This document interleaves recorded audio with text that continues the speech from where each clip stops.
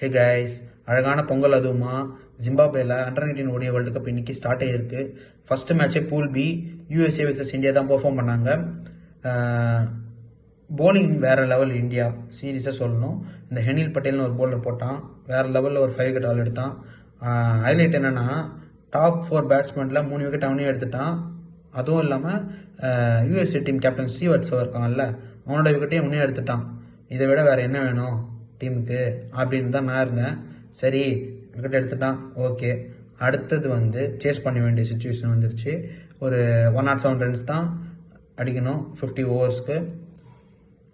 India opening ஆடினாங்க. Vaibhav Suryavanshi and Ayush Mhatre இறங்கினாங்க.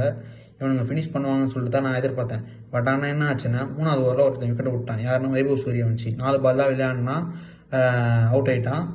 அதுக்கப்புறமா வேதாந்த் திரிவேதி அவனும் அவுட் ஆகிட்டான். விஹான் மல்ஹோத்ரா அவனும் அவுட் ஆகிட்டான்.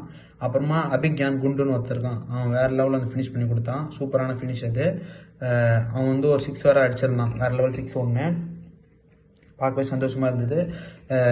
எனக்கு என்ன ஆசைன்னா, அது என்னோட ஆசை அப்படின்றத விட இப்படி தான் ஃபினிஷ் பண்ணணும் அப்படின்னு ஒன்று இருக்கு. ஏன்னா ஒரு நம்பர் 1 டீம் இந்தியா, இவனுங்க இந்த மாதிரி விளாட்றானுங்கடா, நம்ம விளாட்றான்னு சொல்லிட்டு மற்ற டீம் ஒரு ஆர்வமாக வரணும். அந்த அளவுக்கு இந்தியா பெர்ஃபார்ம் பண்ணணும்.